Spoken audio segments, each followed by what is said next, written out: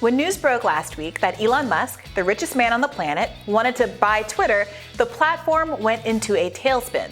Everyone had something to say about it, both positive and negative, including the mainstream media. Major outlets, including the New York Times, the Washington Post, MSNBC, and more, were among the negative Nancys here and claim it would open up a path to disinformation, let Donald Trump back on the platform, and clear the way for right-wing activists to incite a, quote, arena of hate.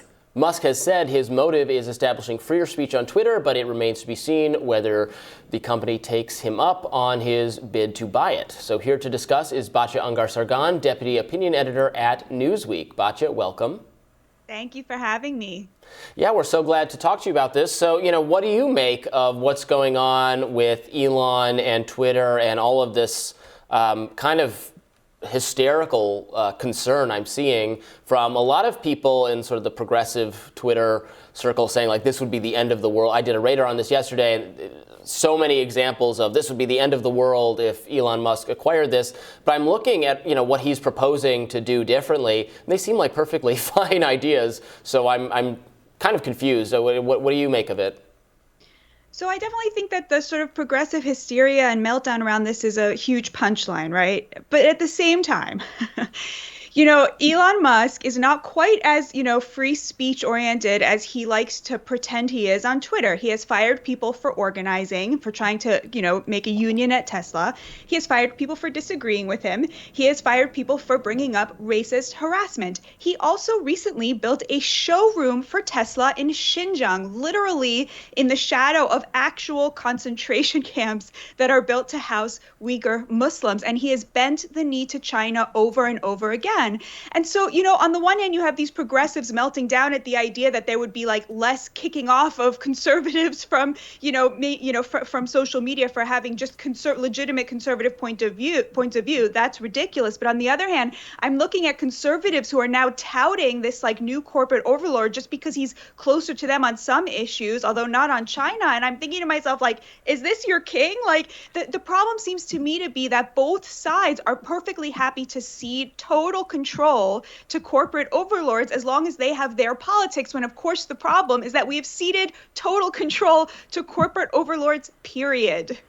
Yeah, I think that raises such an important point, Batya, because there seems to be this reactionary impulse that if someone you don't like on Twitter has a bad take, then you're going to just take the opposite position that they do. And I might find myself kind of in muddy waters last week for saying, well, I'm not concerned with Donald Trump being back on the site. I am concerned about what is inspiring Elon Musk to take this position, and particularly what it means for the richest man in the world to have control over a media outlet that could impact the prices of stock and other things that could eventually, cause him to be able to make a lot of money. So what do you say to people then who think that Elon Musk is going to make Twitter more free, or at least you say, hey, he couldn't make it any worse? Well, I say to them, you remember that kid who was tracking his, private jet as it flew hither and thither? Musk offered him $50,000 to shut down his Twitter account. And, this happened quite soon after that, right? So I just think, the idea that a corporate overlord, that a billionaire is going to somehow represent free speech is ridiculous. If our position is that Twitter is so important to the public square that controlling it threatens free speech, that means that the people need to be in charge of it, right? Because it is essential to the First Amendment, right? If that is the position, I'm not saying that's necessarily the position that we should have, although that seems to be the position that both sides have, right? If that is the position, the people need to have some say and some control, and we should not be finding a billionaire who's slightly closer to our preferences to cede control to them, because that's not how power works, right? When you give power to somebody, they don't then act responsibly. They act less responsibly. Well, Musk says that if he does buy Twitter, he won't be paid a penny by the board. Do you believe this is true, and is it enough to quash the mainstream media's concerns? I mean, I don't know what he would do. I don't see why he would need money from the board. I don't see why. I think he's totally happy to upset them and to anger them. But I would just ask people to bear in mind that this is a person who went to the Chinese Communist Party and got on his knees and did everything they asked him to do. He had this humiliating apology, when from his personal account when something went wrong with a car at a showroom in China. He has ceded ground on data collection. He's agreed to store all the data that's collected in Tesla cars in mainland China, which of course makes it ripe for takeover by the Chinese Communist Party, which is no fan of democracy and no fan of civil liberties. So we know how he acts when money is on the line and he's presented with an authoritarian regime that wants to play ball but also wants to restrict the freedoms of their citizens. He plays ball. And so I just urge people to keep that in mind when they're thinking about who this person is. He loves to play the renegade in America and to, tweet at senators and be this, play this role of bad boy. But at the same time, he's been the most compliant billionaire. I mean, what is the point of being a billionaire if you can't tell China to, where it can get off, right? What is the point of being that rich if you're going to build a showroom in Xinjiang where people can't afford a Tesla in Xinjiang? He built a showroom in Xinjiang to show that he was with the Chinese Communist Party even when they are interning Muslims, right? That's who this person is. This is your king? Well, Texas Senator Ted Cruz seems to support Musk's move. He even took a swipe at billionaire and Washington Post owner Jeff Bezos for perpetuating the narrative that a billionaire should not control public discourse.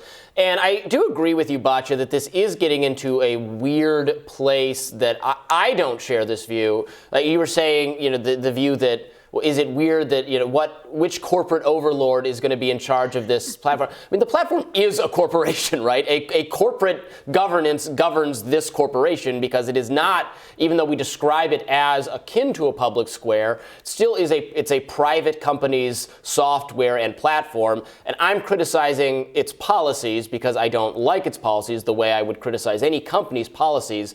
But it is not, it's not something we have that in some sense all we can do is criticize because it is not the same thing as it is not bound by the First Amendment. We think it may be important or valuable for it to have policies that more closely mirror what the First Amendment compels, for instance, in a town square or on a college campus, but that is quite literally not the reality. So I guess and you're right that in some of their criticisms of Twitter and their elevation of Elon Musk, conservatives who otherwise ought to understand that, well, this is a private company, are totally negating that reality.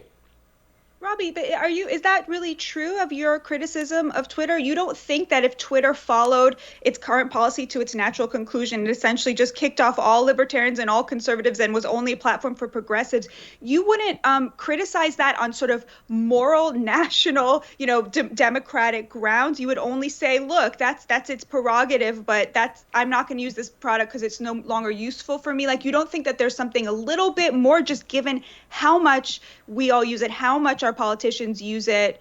Is it really just like that is really the limit, the extent of your criticism of their current policy? My criticism would not be sparing, just like my criticism was very harsh of Facebook how they marked one of my articles as misinformation when it wasn't. We criticized the heck out of YouTube for how it treated the show, but they can do what they want. I mean, that's just like the reality. There's no what is your position? Yeah. That there is no law that prohibits. In fact, the law protects their ability to do just that. So we'd have to talk about, should the law treat these platforms differently because they are so important? And then we get into very thorny regulation questions where I am never convinced that what is being proposed, we should treat them like a public utility or a public square or whatever, so they will be subject to this policy and this government oversight. And then every time we start going down this rabbit hole, I start getting very, very concerned that it will end up making the platform better. Well, no, that's a really important point. I'll just say this quickly, Brianna, because I want to hear what you have to say. But I totally agree with you. I don't think the answer is government intervention. But leaving it up to corporations, I think, is also problematic because we all have this innate sense that this is where public opinion is happening. This is where free speech, is a crucible of free speech. And so I think that there should be, a mechanism involved where the people themselves get to decide questions of moderation. Because I agree with you. I don't want the government doing that. Brianna, what were you going to say? Yeah, I think that's right. And also to Robbie's earlier point, I do think it's important to make a distinction between a newspaper and media outlet incorporating to be a corporation to run itself and a separate corporation or collection of corporations that buys a media outlet that doesn't necessarily have the same interest as the media outlet in and of itself. So the problem with the Washington Post isn't that the Washington Post has been incorporated and running itself as a media outlet for however many decades it's been in existence, but that a separate entity that has a conflict of interest with our broader reporting interest has now owned that and is arguably, maybe not so arguably, affecting the editorial content of the newspaper. And I think that's the concern with Twitter. If Elon Musk says, I don't need to be paid a salary, I'm not doing this for pecuniary reasons, then it begs the question, why are you doing this? And is there an upside for him financially because it is such an important media outlet that can have an effect on stock prices, et cetera? And I think that's what we all need to keep an eye on. Thank you so much for your insights today, Batya. Thanks for having me. And we'll have more Rising after this.